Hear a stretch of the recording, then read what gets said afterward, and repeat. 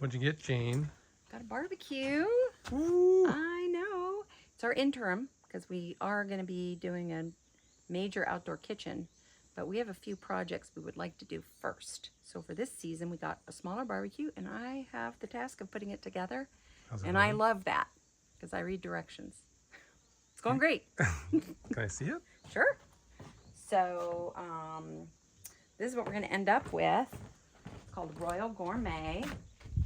6 burners and a side one that we'll be able to put our pizza oven on. And there's where we are so far. And I have a personal goal set whenever I put something together that I try not to have to back out any screws, which is why I read the directions thoroughly.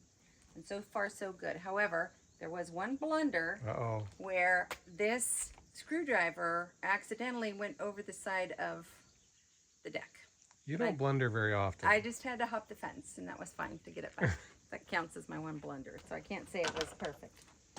And when are we trying it? We're gonna try it tomorrow night. We are carnivores here at the DeVries house, and so we have not been missing steak.